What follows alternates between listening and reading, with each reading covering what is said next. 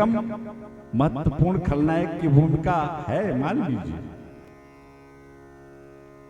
जिस पिक्चर का विलेन जो खलनायक होता है वो जितने जबरदस्त रोल करता है वो पिक्चर उतने ज्यादा बढ़िया चलती है।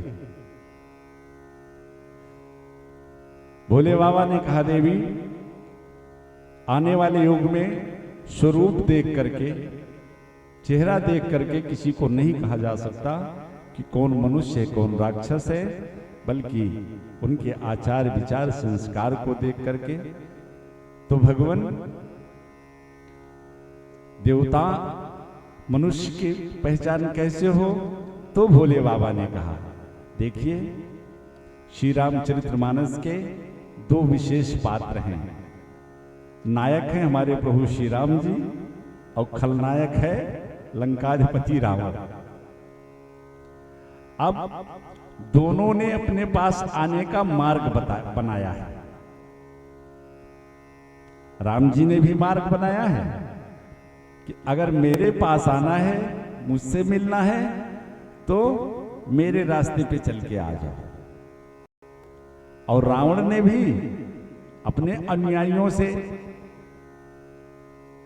मिलने के लिए अपना मार्ग सुनिश्चित किया है कि अगर मेरे पास आना है तो इन सब नियम का पालन करके मेरे पास आ जाओ। मैया पार्वती ने कहा, तो सरकार प्रभु श्री राम ने क्या मार्ग बताया? देवताओं और मनुष्य की पहचान भी इसी से आपको हो जाएगी।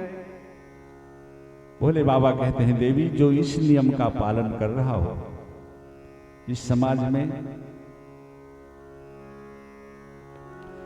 कि प्रात काली उठी के रघुनाथा, प्रात काली उठ के रघुनाथा,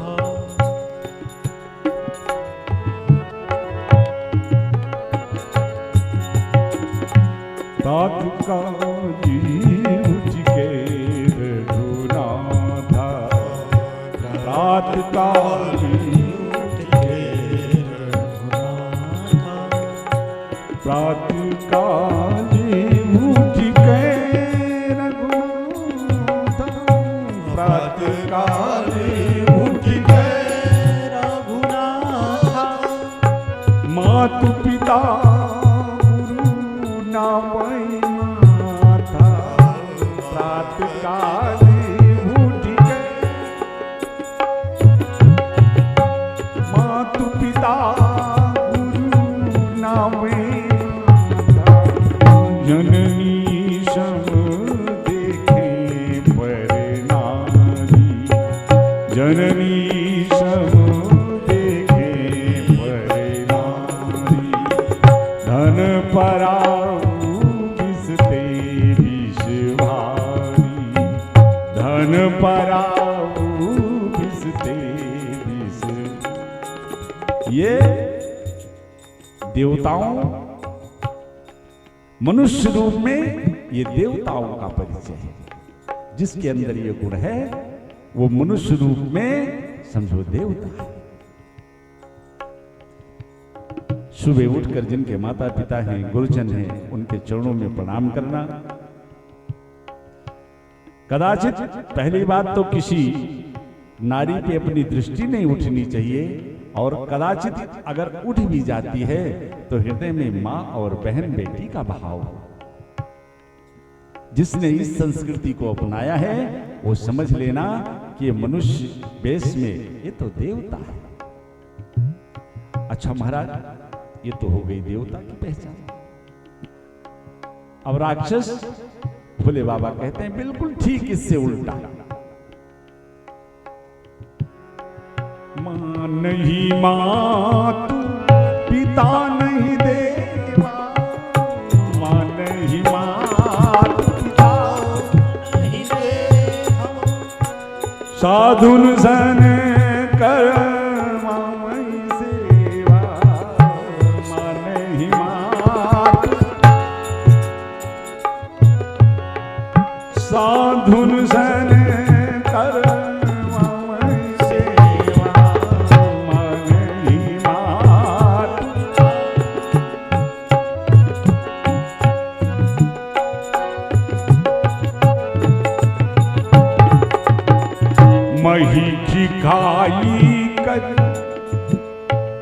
महीख खाई कर मदिरा पाना, महीख खाई कर मदिरा पाना, गरजई वज्रा घात समाना, महीख खाई गरजई वज्रा घात समाना।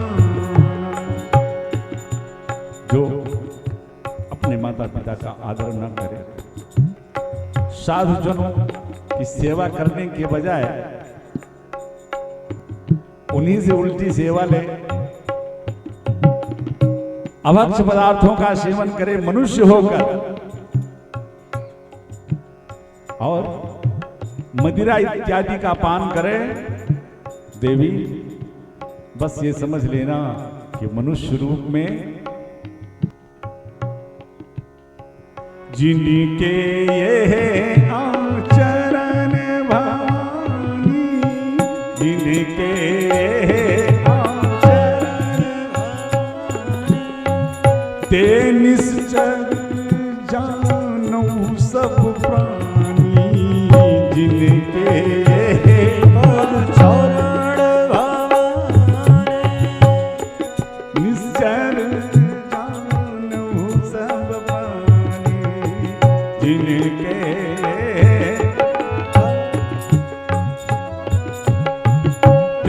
निश्चर जानो सब प्राणी। बस उनके आचार विचार प्रकार को देखकर समझ लेना, जिनके यह आचरण भवानी ते निश्चर जान।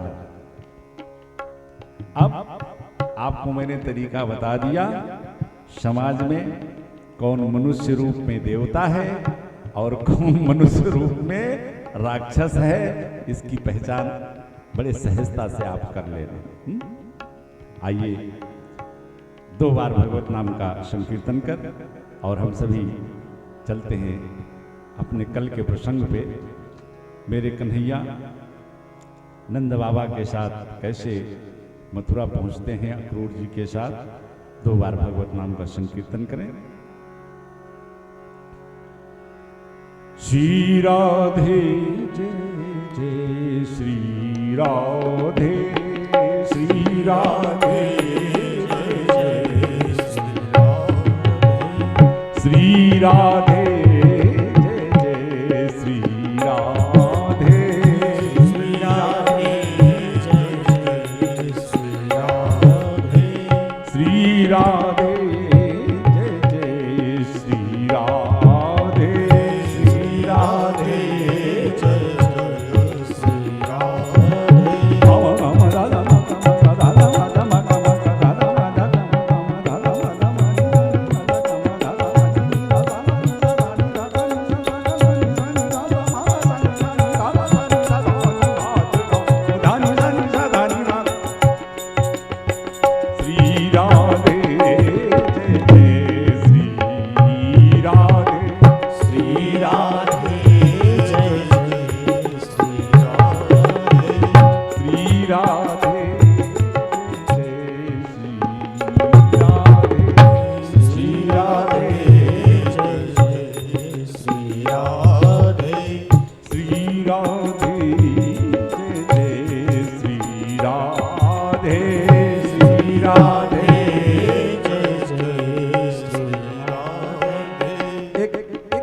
चर्चा और आपको बताऊं। एक बार प्रभु श्री राम पंचवटी में वनवास हो गया है, श्री किशोरी जी के साथ में एक शिला पर बैठे, एक पत्थर की शिला है। ओ हनुमंत भैया थोड़ी सी अपनी अपनी कुर्सी आप थोड़ा सा इधर कर लीजिए, थोड़ा सा और नजदीक आ जाइए, आ जाइए। बड़ी कृपा, बहुत अच्छा। आप लोग देखो रोड पर जब चलते हो तो कभी कभी बड़ी गाड़ी आगे होती है तो उसके पीछे लिखा होता है कि कृपया उचित दूरी बनाए रखें, है ना। उचित दूरी का मतलब जैसे खूब सर्दी हो और आपने अलाव जला दिया, खूब बढ़िया आग जला दिया, लेकिन अब उस अलाव से सुख प्राप्त करने के लिए, लाभ प्राप्त करने के लिए एक पैमाना है, एक उचित दूरी है। अगर उस पैमाने के अंतर्गत आपने कार्य किया है तो खूब आनंद मिलेगा। आग जल रही है बढ़िया, जो उसका डिस्टेंस है कि जहां से खूब हमें आनंद मिल सकता है, अगर उस दायरे में है तो खूब आनंद मिलेगा। लेकिन अब खूब अलाव जला दिया और पता लगे कोई 100 मीटर दूर जा करके बैठे, तो अलाव तो जल रहा है लेकिन उसका लाभ नहीं मिलेगा हमको, है ना। अच्छा, और ऐसा भी नहीं कि कोई बहुत ठंडी लगी हो किसी को और सोचे कि लो हम इसी आगे में बैठ जाए, बहुत नजदीक चले जाएंगे तो भी नुकसान है और बहुत दूर चले जाएंगे तो कोई फायदे नहीं। इसलिए एक उचित दूरी हो। और देखिए हमारे सब, आप सब तो एकदम क्या बताएं, एक 30 दिन से जो अनवरत, ये ठाकुर जी की बड़ी असीम कृपा आप सभी पे है और हम पे भी है, मैं तो बस यही मानता हूं। प्रभु श्री राम एक शिला पर बैठे थे, जिनके यह आचरण भवानी, आचरण होना कैसी चीज।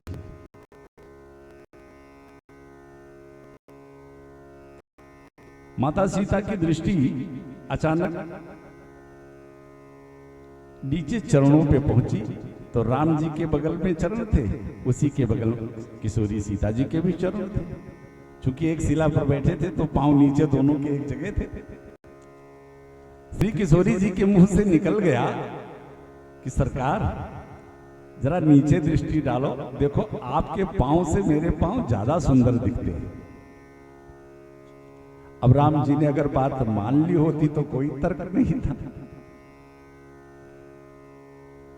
राम जी ने भी देखा तो राम जी ने कहा नहीं किशोरी जी, तुम्हारे चरण से मेरे चरण ज्यादा सुंदर है।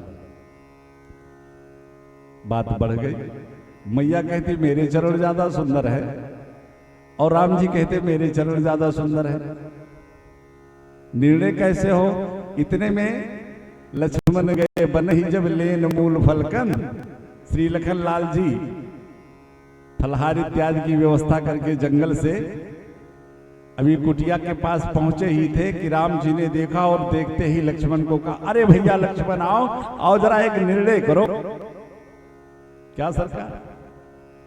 कहा देखो मेरे चरणों को देखो और भाभी के अपने चरणों को देखो। तुम्हारी भाभी कहती है कि मेरे चरण ज्यादा सुंदर हैं और हमारी दृष्टि में तो मेरे चरण ज्यादा सुंदर दिखते हैं।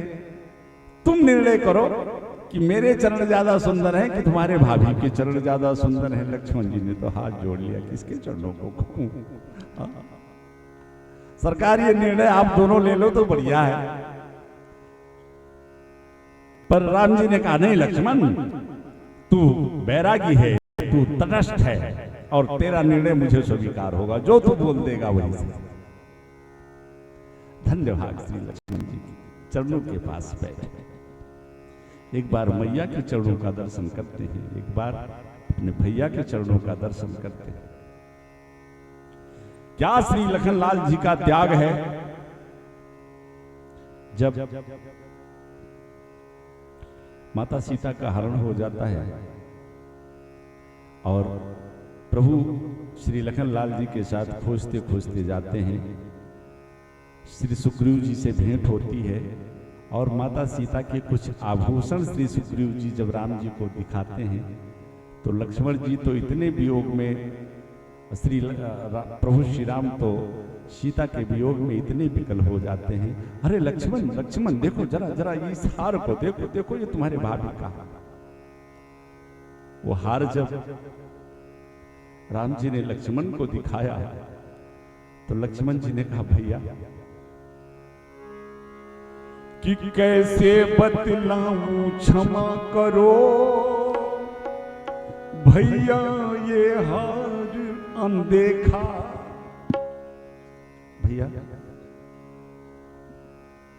क्षमा करना, ये भाभी के हैं कि और किसी के हैं, क्योंकि मैंने कभी नहीं देखा नहीं।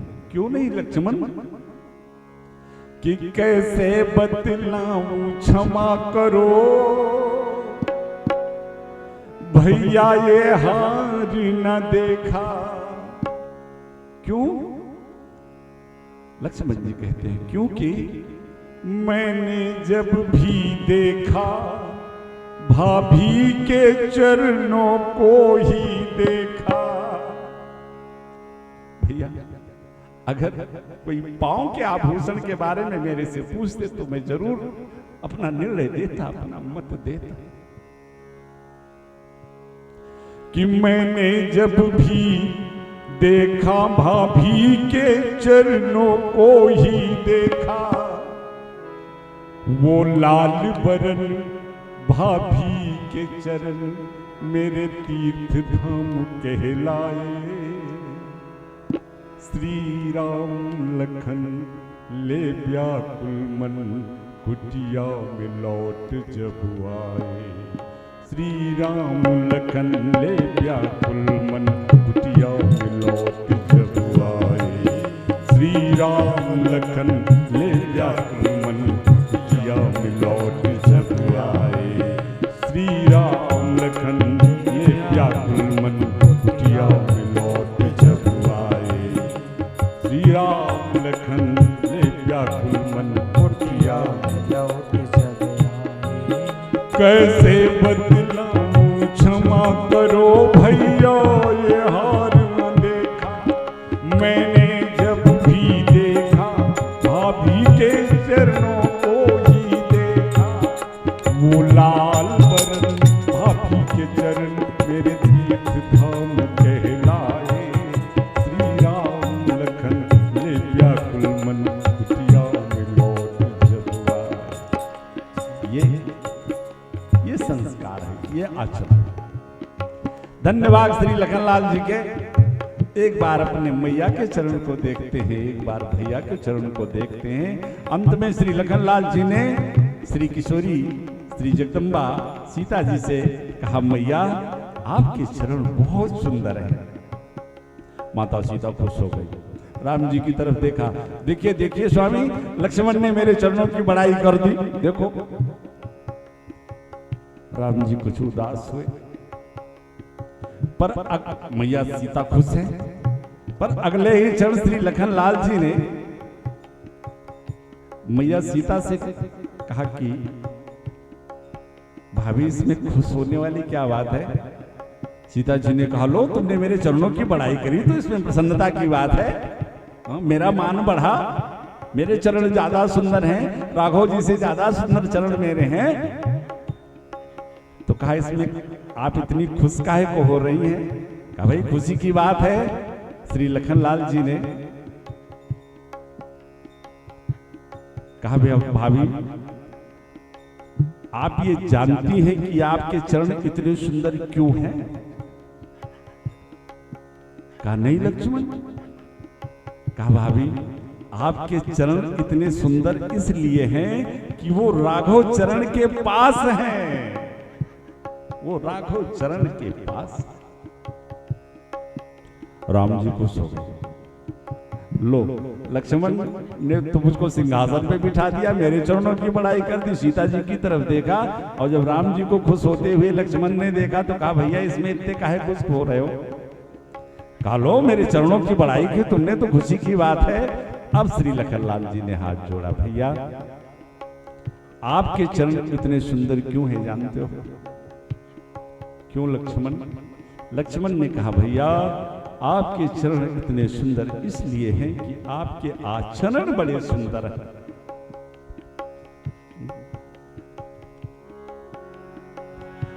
प्रातः काल उठ के रघुनाथ, प्रातः काल उठ के प्रयास कीजिए,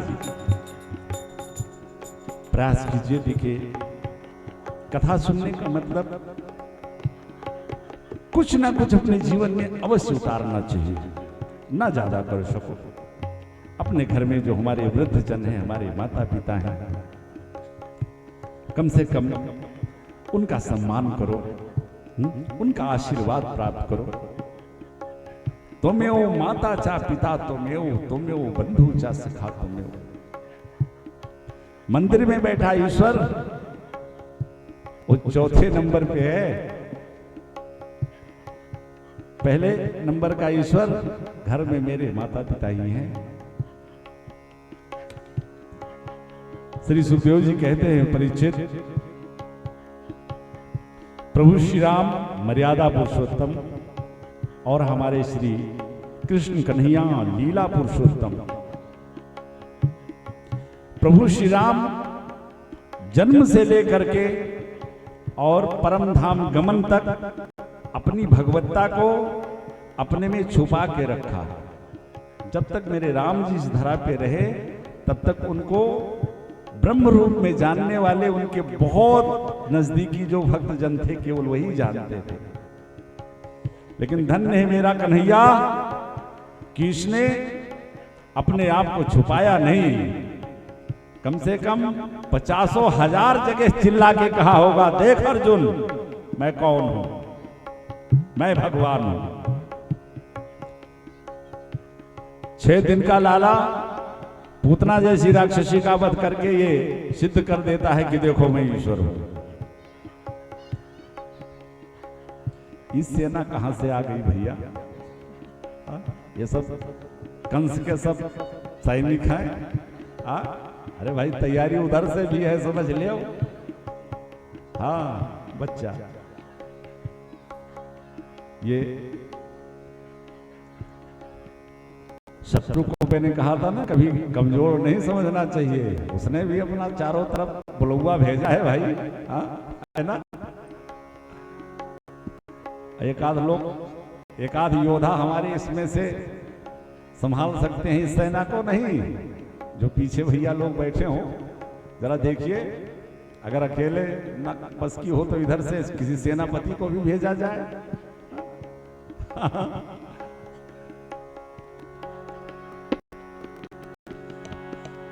श्री राधे जय जय श्री राधे, श्री राधे जय जय श्री राधे, श्री राधे जय जय श्री राधे, श्री राधे जय जय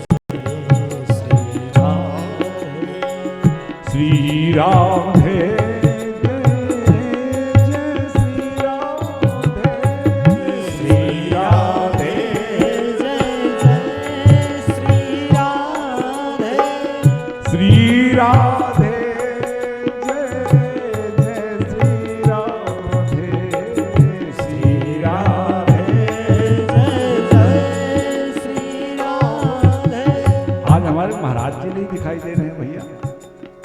शत्रु सेना में तो नहीं घिर गए हैं।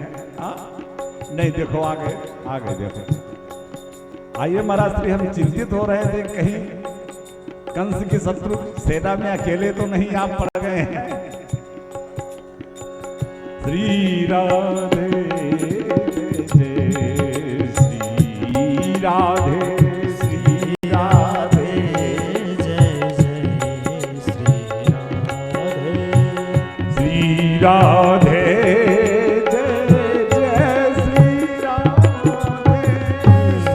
राधे जय जय श्री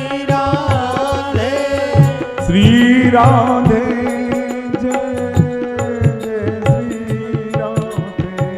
श्री राधे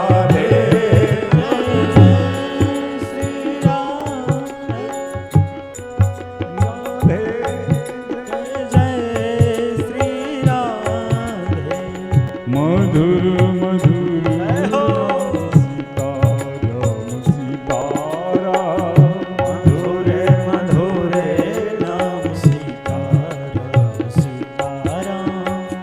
मधुर मधुर नाम राधे श्याम, राधे श्याम, मधुर मधुर नाम राधे श्याम, राधे श्याम, गंगा तट पर बैठे श्री सुखदेव जी महाराज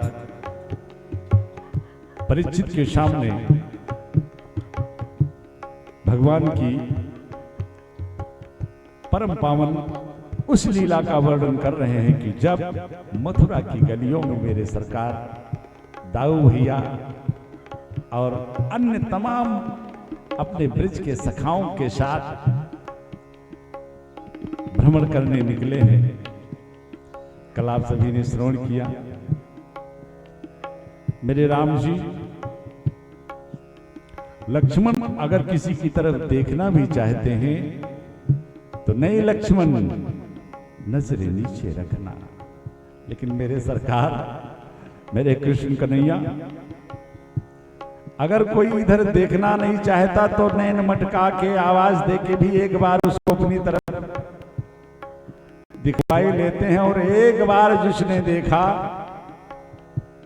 बस जादू भरी तेरी आँखें जिधर गई, जादू भरी तेरी आँखें जिधर गई, जादू भरी तेरी आँखें जिधर गई, जादू भरी तेरी आँखें जिधर। मथुरा की गलियों में मेरे सरकार अपने सखाओं के साथ जा रहे हैं। जब कंस ने पूरे मथुरा वासियों को आदेश दे रखा है कि कोई कृष्ण बलराम का स्वागत नहीं करेगा, पर आज मथुरा के वो भक्तजन जो कृष्ण को ईश्वर मानते हैं, कृष्ण को अपना स्वामी मानते हैं, माताओं ने कहा कि अरे बच मेरे, तू मुझको रोड पे जाके उनकी सेवा से वंचित कर सकता है, लेकिन हम सभी अपने अपने घरों से उनका स्वागत करेंगे। सारी माताएं अपने अपने अट्टालिकाओं पर चढ़ गई और वहां से सुंदर पुष्पों की वर्षा करती हैं। जिस गली में मेरे सरकार जाते हैं उधर पुष्पों की वर्षा होती है। भगवान का एक सखा है मधुमंगल, ये भगवान से बड़ा मुंह लगता। मधुमंगल ने कहा, लाला एक बात बता, जब हम सब ब्रज से चले तो तैने एक बात भी नहीं बतायो कि मथुरा में हम सबन को इतनो स्वागत होए हो। अगर ये पता होता तो कम से कम घर से बढ़िया बढ़िया कपड़ा इत्यादि पहन करके ना आते। अब विचार करो, या फटे पुराने कपड़न में इस तरह से सेवा स्वागत हो तो ये शर्म लगे भैया। कन्हैया ने कहा, चिंता मत करो, पहले तुम्हारे कपड़न की व्यवस्था हम करते हैं। अब हमारे कान्हा अपने उन सभी सखाओं को लेकर के पहुंच गए धोबी घाट पे, जहां महाराज कंस के राजघराने का वस्त्र धुला जाता था। और सैकड़ों धोबी, हट्ठे कट्ठे, मोटे तगड़े। कन्हैया पहुंचे धोबी घाट पे, पीछे से आवाज लगाया। एक धोबी जो महाराज कंस का वस्त्र धुलता था, उसको आवाज लगा के कहा, मामा जी राम राम। उसने पीछे मुड़ करके देखा और देखा ये काला काला मुरली वाला कृष्ण बलराम, जिसको हमारे महाराज मारने के लिए बड़े बड़े राक्षसन को भेजे और इसने सबको मार दिया। वो धोबी राम राम का जवाब देने के बजाय वो तो हमारे कृष्ण कन्हैया पर टूट ही पड़ा कि मेरे महाराज ने तुम्हें मृत्यु दंड देने के लिए बुलाया, लेकिन महाराज की जरूरत ही नहीं पड़ेगी, तू तो मेरे हाथों ही मारा जाएगा। वो रजत, वो धोबी भगवान की तरफ आया और धन्य है मेरे कन्हैया कि अपने बाएं हाथ से ही एक चांटा उसको मारा कि उस रजत का तो सर ही धड़ से अलग हो गया। बोलो गोविंद भगवान की। एक मरा, जितने धोबी थे सब भागे घाट छोड़ के। अरे भैया भागो, वो पूतना को मार बेवारो आ गयो, अघासुर को मार बेवारो आ गयो, सारे भाग गए। अब घाट पर तमाम बढ़िया बढ़िया कपड़े, ठाटसी कपड़े, राजसी कपड़े, सब गांठ के गांठ रखे। कन्हैया ने कहा सखाओं से, लाला अब तुम यहाँ में जो अपनी मर्जी के कपड़े छाट पीन लो, खूब बढ़िया बढ़िया। अब कन्हैया के सारे सखा बढ़िया बढ़िया राजसी ठाट वाले कपड़े निकाले उसमें से। लेकिन एक विडंबना कि जो कपड़े हैं वो तो 20-20 हाथ वालों के हैं, अब ये बेचारे ब्रजवासी 1.5 पांजड़ वाले पतले पतले छोटे छोटे, अब ये जब उन बड़े बड़े कपड़न को अपने शरीर में डाले और डाल करके जब चले तो पूरी रोड पे झाड़ू लगनी शुरू हो गई, लगे कि कपड़े हैंगर में टंगे हैं।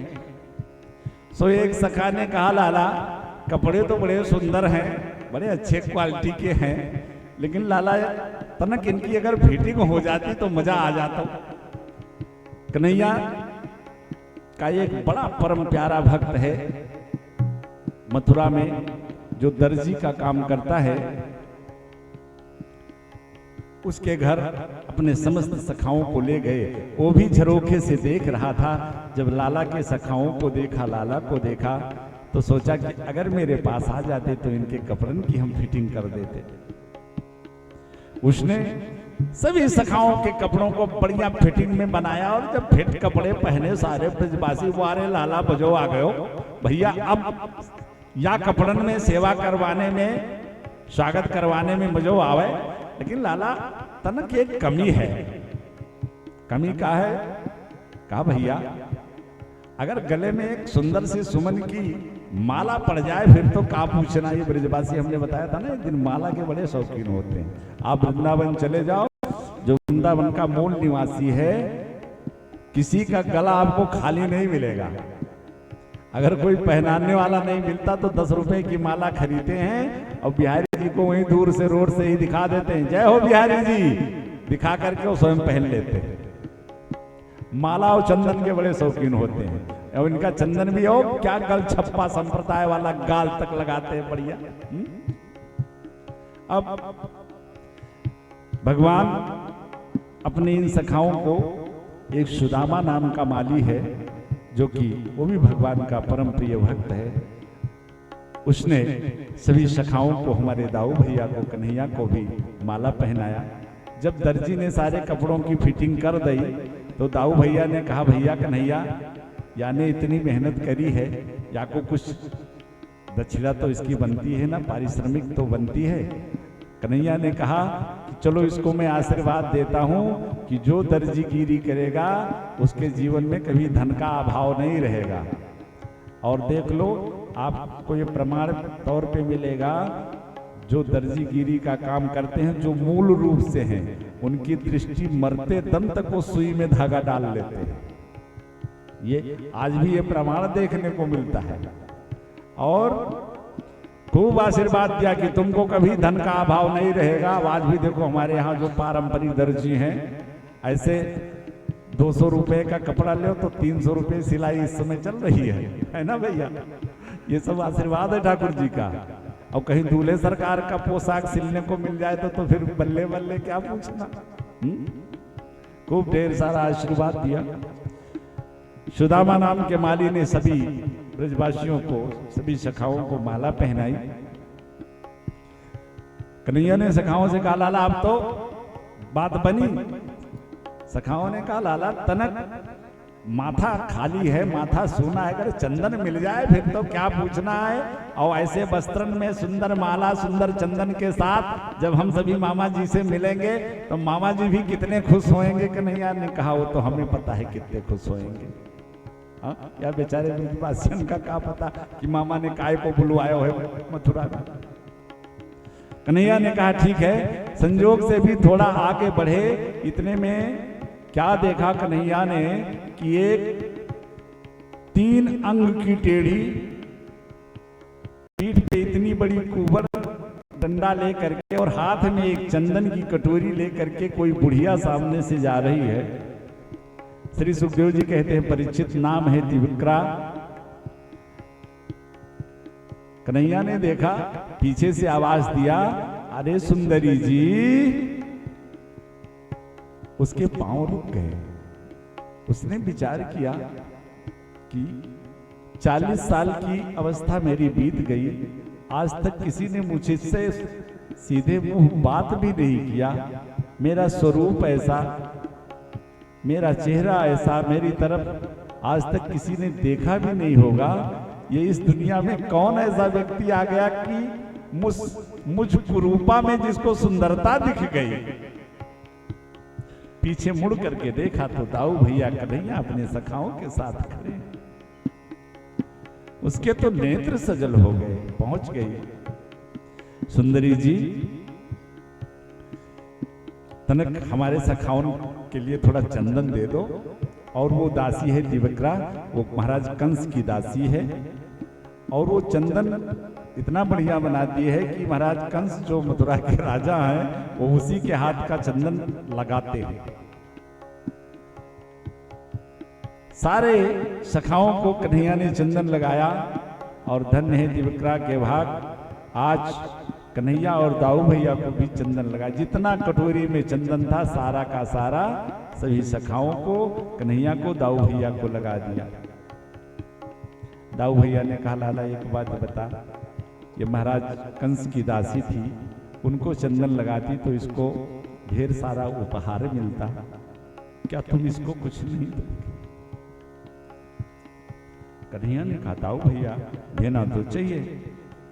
मेरे कन्हैया आगे बढ़ करके अपने बाएं पैर के अंगूठे से उसके पैर के अंगूठे को दबाया, और अपने दाहिने हाथ के अंगूठे से उसकी ठोड़ी में हाथ लगा के एक झटका दिया। महाराज जो उसकी कुरूपता थी, विलीनता थी, वो गायब हो गई, और दिव्य उर्वशी के स्वरूप की वो सामने प्रकट हो गई, खड़ी हो गई, जिसे हम सभी कुब्जा के नाम से जानते हैं। भगवान की प्रार्थना किया, सरकार आपने उस स्वरूप से ये स्वरूप प्रदान किया है, प्रणय निवेदन किया। हाँ हाँ देवी जी, चलो इंतजार करो, आएंगे, जरा मामा जी से मिल के तो आए। उसको आशीर्वाद दे करके मेरे लाला जब आगे बढ़े तो जिस धनुष यज्ञ के लिए कृष्ण और बलराम को कंस ने बुलवाया था, वह धनुष जो कि तपस्या करते समय कंस को भगवान शिव ने दिया था, ये धनुष लो, और जब तक यह धनुष सुरक्षित रहेगा तब तक तुम्हारा समझ लो ये गारंटी कार्ड है। लेकिन ये ध्यान रखना कि जो इसे तोड़ेगा फिर वो तुम्हें छोड़ेगा नहीं। रंगशाला में 10,000 सैनिकों के बीच में वो धनुष रखा हुआ था। मेरे प्रभु पहुंचे उस रंगशाला में, लाओ, दाऊ भैया से कहा, दाऊ भैया आपकी कृपा हो जाए तो एक बार धनुष को देखते चलें, क्योंकि भगवान शिव का वरदान है, जब तक इसको तोड़ू ना तब तक उसको मारूं कैसे। दाऊ भैया जाते हैं, उन सैनिकों से कहते हैं, भैया हम महाराज कंस के भांजे हैं। सारे सैनिकों ने कहा, मुझे पता है, अरे तुमने पूतना को मारा, अघासुर को मारा, बकासुर को मारा, अभी अभी सूचना मिली है कि धोबी घाट पर जिस रजत को तुमने मारा है महाराज, वो 1000 हाथियों का बल रखने वाला रजत था। कन्हैया ने कहा, तो भैया एक काम करो, थोड़ा सा इस धनुष का दर्शन हम लोग भी कर लें, इतने दूर से आए हैं, जरा देखें इस धनुष को। उस सैनिक ने कहा, इस धनुष को तुम साधारण धनुष समझते हो, ये भगवान शिव का अमोघ धनुष है। कन्हैया ने कहा, एक बार देखने तो दो। मेरे प्रभु उस धनुष के पास जाते हैं और श्री सुखदेव जी कहते हैं, परीक्षित, जिसको कभी 10,000 हाथियों का बल रखने वाले 10,000 सैनिक कभी हिला न सके थे, आज करेण वामीन सलिल मुदधृतम सज्जम चकृत्वा निमिषेण पश्यताम्।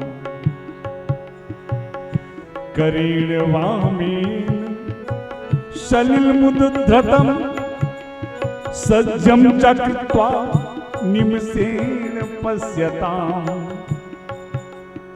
मेरे कन्हैया ने देखते ही देखते बाएं हाथ से उस धनुष को उठाया और दाहिना हाथ लगा के प्रत्यंचा चढ़ाने ही वाले थे कि इतने में 2 खंडों में धनुष टूट गया और धनुष टूटा तो जोर की आवाज हुई। जितने सैनिक वहां खड़े थे सारे कृष्ण कन्हैया और दाऊ भैया पर टूट पड़े।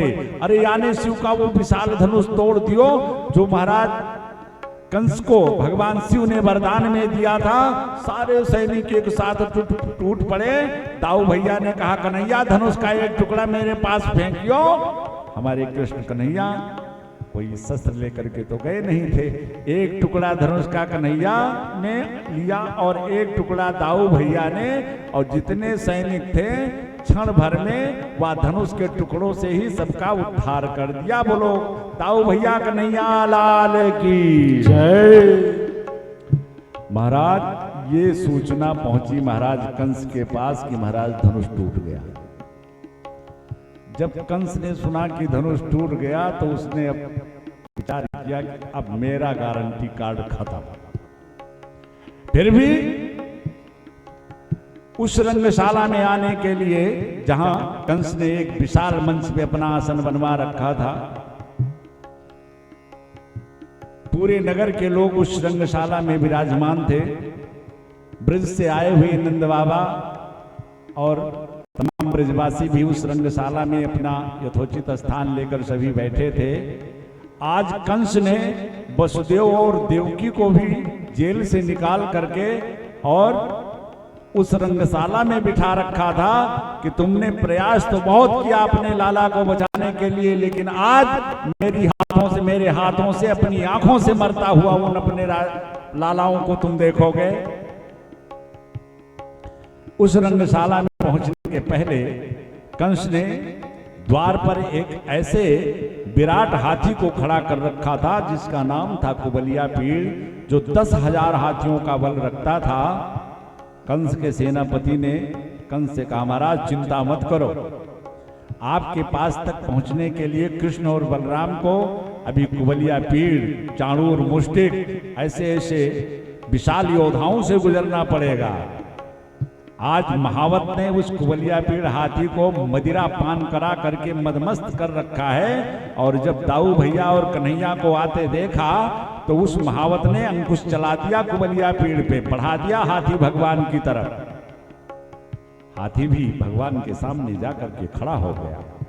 भगवान ने महावत को डांटा, अरे महावत हाथी आगे से हटाओ, हमें अंदर जाना है। महावत ने कहा मुझे पता है कि तुम कौन हो, तुम इस विशाल हाथी से बच नहीं सकते, तुम हमारे महाराज कंस के शत्रु हो। आकाशवाणी ने बताया था तुम देवकी के अष्टम गर्भ हो। इतना कह करके हाथी बढ़ाया भगवान की तरफ। भगवान ने तो उस हाथी के विशाल दोनों दांतों को अपने दोनों हाथों से पकड़कर और एक ही झटके में उस हाथी को बेदांती ही बना दिया।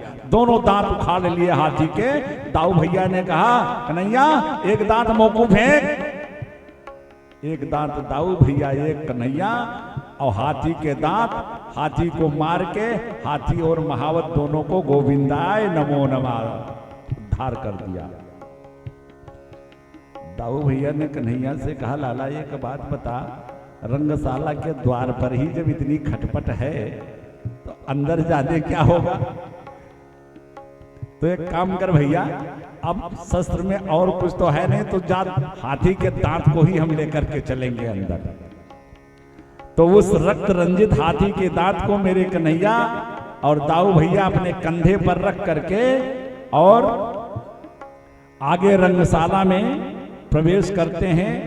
तब दो मल्ल युद्ध करने वाले पहलवान जिनका नाम है चाणूर और मुष्टिक, इन दोनों ने भी कंस के साथ बड़ी घोर तपस्या की थी और ब्रह्मा से इनको भी वरदान प्राप्त था कि तुमको अगर इस जगत में कोई मार सकता है तो वो परब्रह्म परमात्मा ही है। अब उन दोनों को क्या पता कि आ गए उसी रूप में मेरा उद्धार करने। लगा ललकारने, तुमने अघासुर को मार दियो, पूतना को मार दियो, और अभी अभी जिस हाथी को मारा है 10,000 हाथियों का बल रखने वाला है। आओ देखो हम तुमसे मल्ल युद्ध करने के लिए तैयार हैं, आओ हमसे मल्ल युद्ध करो। कन्हैया ने कहा क्यों? तुम्हारी मर्जी से युद्ध करेंगे, का मल्ल युद्ध? कहा देखो हमारे महाराज को कुश्ती बहुत पसंद है, और प्रजा का ये धर्म बनता है कि महाराज को खुश करना, तो आओ हमसे मल्ल युद्ध करो ताकि हमारे महाराज इस युद्ध को देख करके प्रसन्न हो। कन्हैया ने कहा क्यों रे, तन कुछ शर्म बची है कि सारी शर्म बेच खाई तैने। वह ने कहा क्यों? कहा एक बात बता, ये 25 हाथ को मोटो चौड़ो तगड़ो तू, और हमको देख छोटे से हम 10 बरस के लाला, अरे कुश्ती भी लड़ी जाती है तो बराबर वालों से लड़ी जाती है, अरे अपना जोड़ देख करके किसी से लड़ाई कर। पर चाणूर ने कहा मुझे पता है अभी जिस हाथी का वध तुमने किया है वो मामूली हाथी नहीं था, लेकिन आज मेरे हाथों से बचोगे नहीं। इतना कह करके चाणूर ने तो छलांगी लगा दिया कन्हैया की तरफ, और मेरे कान्हा ने तो एक ही वार में उस चाणूर को धरती में ही गाड़ दिया। गोविंदाय नमो नमः। और उधर मुष्टि को एक ही मुष्टिका में दाऊ भैया ने कूट दिया, काम खत्म।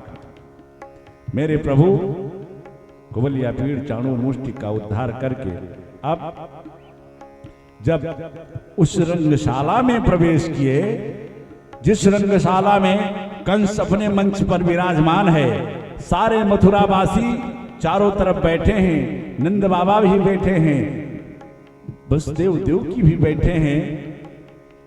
श्री सुखदेव जी कहते हैं परीक्षित, आज कृष्ण ने फिर अपना भगवान के रूप में समस्त जन को परिचय दिया, क्योंकि जब उस रंगशाला में पहुंचते हैं तो आज भगवान के उस स्वरूप में सारे रस एक साथ प्रकट हो गए। जैसे प्रभु श्री राम जब मिथिला में धनुष यज्ञ महोत्सव में महाराज मिथिला के उस यज्ञ महोत्सव में पहुंचे, और जब उस सभा में पहुंचे तो श्री गोस्वामी तुलसीदास जी महाराज ने कहा कि उस समय जितने राजा बैठे थे, महाराज जनक बैठे थे, जो भी संत जन विद्वान बैठे थे, जिन्होंने भगवान को देखा उनने भगवान को उतने रूपों में देखा। क्यों? क्योंकि जिनकी रही भावना जैसी, जिनकी रही भावना जैसी, जिनकी रही भावना जैसी, जिनकी रही भावना जैसी, जिनकी रही भावना जैसी, जिनकी रही भावना जैसी, प्रभु मूरत देखी दिन तैसी, जिनकी रही प्रभु मूरत देखी दिन तैसी, जिनकी रही भावना जैसी, प्रभु मूरत देखी दिन तैसी। नमः शिवाय हो, हर हर भोले नमः शिवाय, नमः शिवाय नमः शिवाय, हर हर भोले नमः शिवाय। श्री सुखदेव जी महाराज कहते हैं परीक्षित, आज जब उसी भांति हमारे कृष्ण कन्हैया इस रंगशाला में पहुंचे, तो जो जन जिस रूप में हमारे कृष्ण कन्हैया को देखता है, जिस भाव से देखता है, मेरे कन्हैया उसको उसी रूप में देखता है। मल्लानाम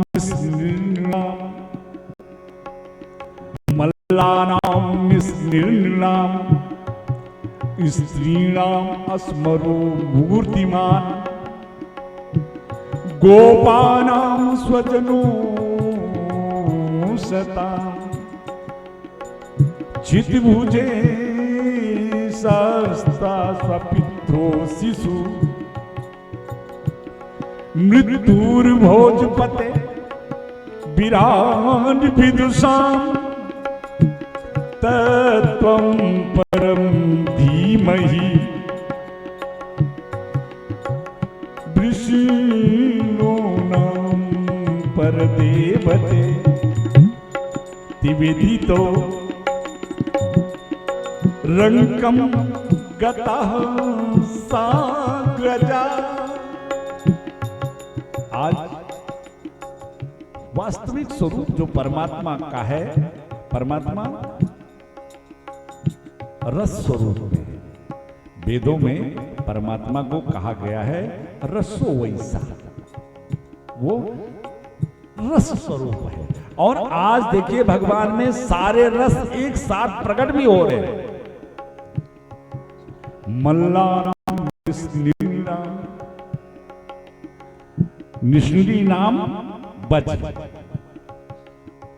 जो उस सभा में पहलवान बैठे हुए हैं, योद्धा बैठे हुए हैं, उनको भगवान आज रौद्र रस में दिखाई दे रहे हैं। रौद्र रूप में, ये रौद्र रस है। उन्हें भगवान वज्र के समान दिखाई दे रहे हैं। मल्लानाम निर्णाम, और जो उस सभा में जितनी स्त्रियां बैठी हुई हैं, उनको भगवान किस स्वरूप में दिखाई दे रहे हैं? स्त्रीणाम अस्मरो मूर्तिमान। आज साक्षात वो कामदेव के रूप में ही हमारे श्री कृष्ण उनको दिखाई दे रहे हैं।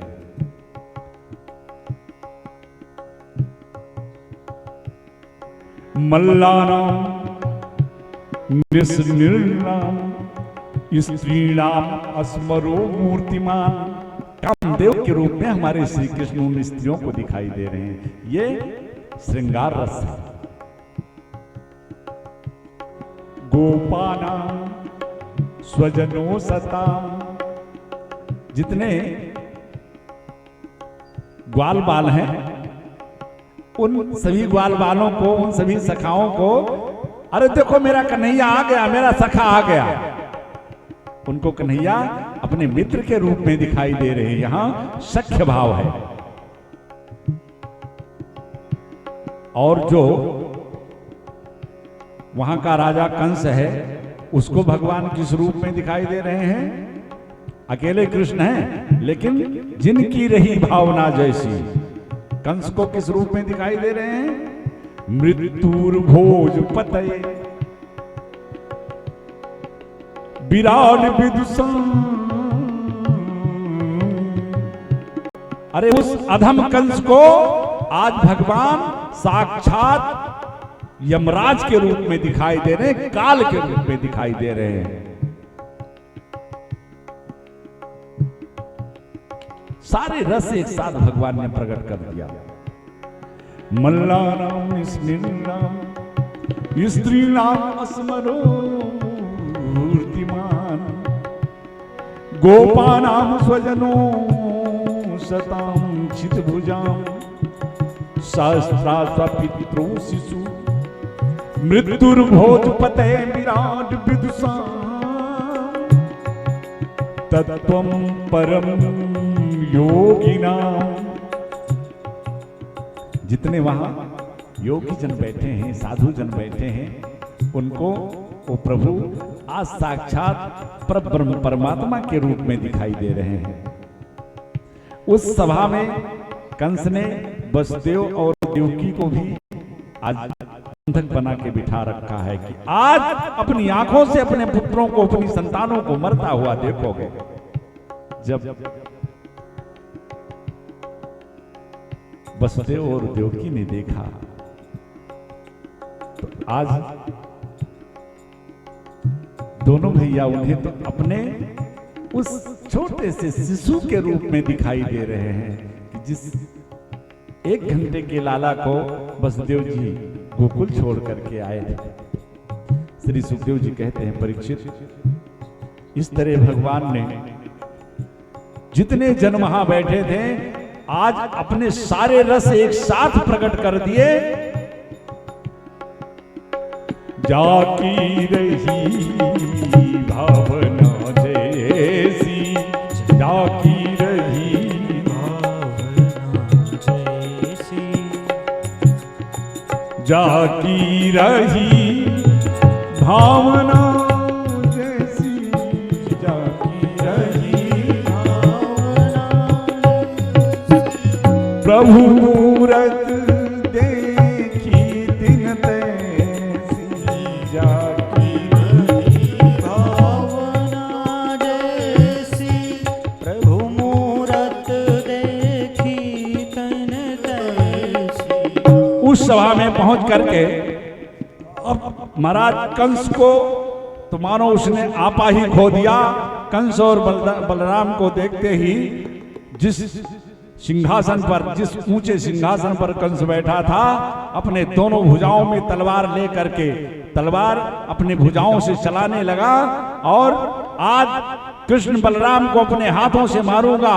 वसुदेव और देवकी को बार बार कहता है कि जिन बालकों को तुमने बचाने का इतना प्रयास किया, आज मेरे हाथों से उनकी मृत्यु होते हुए तुम अपनी आंखों से देखोगे। कन्हैया ने दाऊ भैया की तरफ देखा, कहा भैया लगता है ये मरने के पहले पागल हो गया। जब तक कंस कुछ कर पाता, मेरे कन्हैया ने तो छलांग लगा दिया उसके मंच पर और मंच पर पहुंचकर कंस के केसों को पकड़ लिया और जब केसों को पकड़ के झटका दिया तो दोनों हाथ से उसके तलवार छूट के नीचे गिर गई। मेरे कन्हैया ने उसके केसों को पकड़ करके और अपने भुजाओं में दबा लिया। अब जब केसों को पकड़ लिया कन्हैया ने तो कंस को लगा कि अब मेरे प्राण बचने वाले नहीं हैं।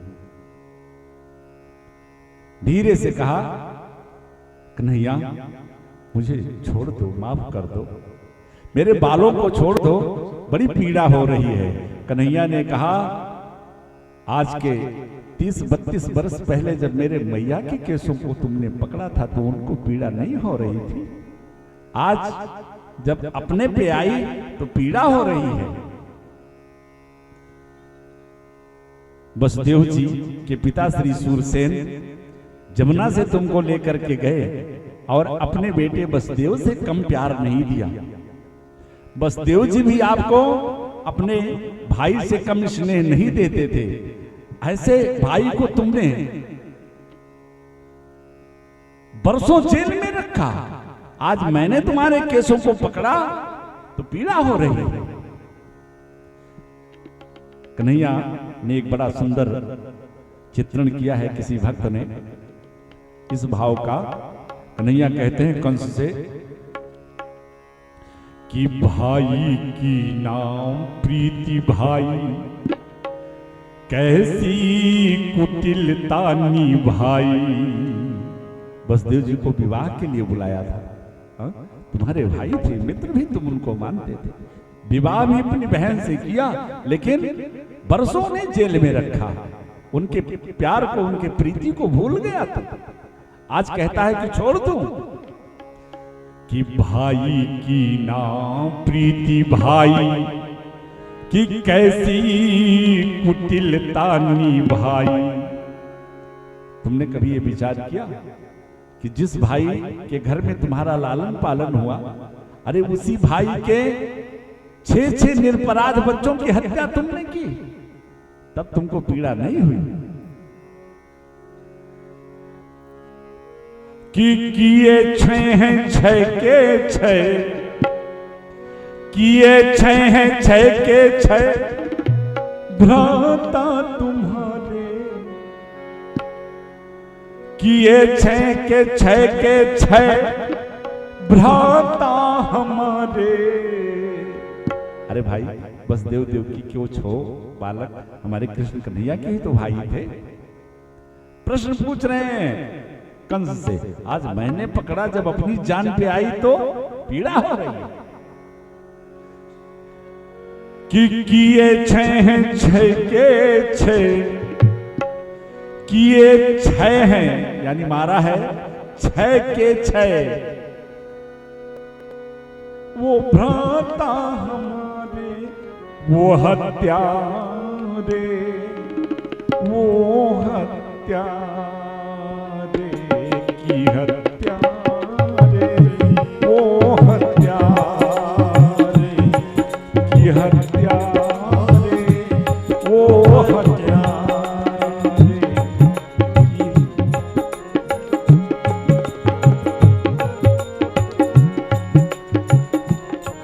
भाई की ना प्रीति भाई, ए भाई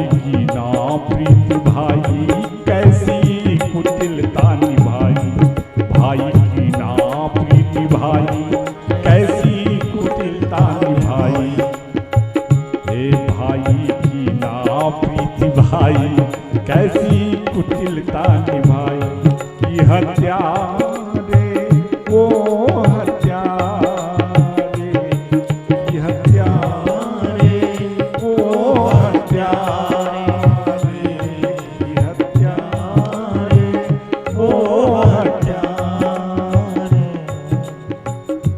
नाना हमारे श्री उग्रसेन जी तुम्हारे पिता थे और तुमने उनके साथ क्या किया, जेल में डाल दिया और बार बार तुमको समझाते रहे कि कंस मान जा।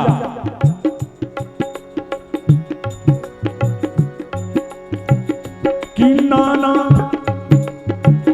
हो नाना कहते रहे तुमको नाना रे, पर कहना जरा भी तूने उनका नहीं माना रे। हो नाना कहते रहे तुमको नाना रे, कहना जरा भी तूने उनका नहीं माना रे। जेल में कलपते रहे, जेल में कलपते रहे बेबस बेचारे वो हत्या रे ओ हत्या रे ओ हत्या रे ओ हत्या रे। भाई की ना प्रीति भाई कैसी कुटिलता निभाई, भाई की ना प्रीति भाई कैसी कुटिलता निभाई। ये हत्या रे ओ हत्या रे ये हत्या रे ओ हत्या। नाना कहते रहे तुमको नाना रे, पर कहना जरा भी तूने उनका नहीं माना रे। आगे बढ़ा एक सुंदर भाव, ऐसे कहने के लिए तो आप मेरे मामा हो। माँ में केवल एक माँ शब्द है, लेकिन कितना वात्सल्य होता है माँ में, लेकिन मामा में तो दो माँ आता है। और ऐसे मामा ने 6 दिन का मैं उसको मारने के लिए पूतना भेज दी तुमने, अघासुर भेजो, सारे राक्षसों को भेजा। और आज कि मामा हे मामा कहते रहे, हे मामा 2 बार कह के बनता मामा रे।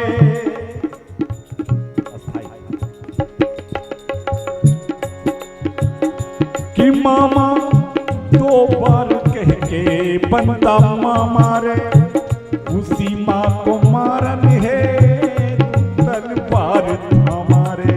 हो मामा कहते हैं कि मामा 2 बार कह के बनता मामा रे, उसी माँ को मारन है तलवार थामा रे।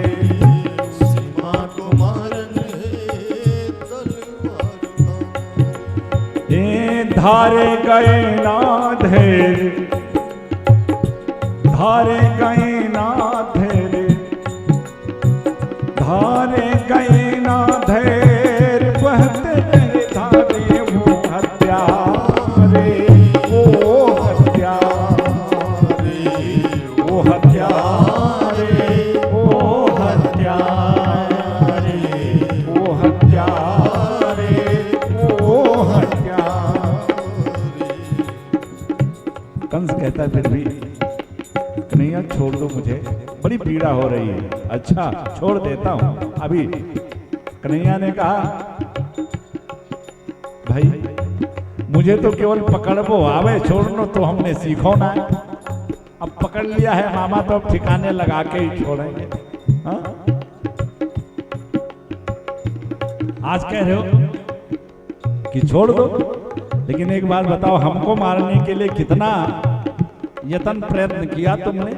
हाँ? तब विचार नहीं आया था मन में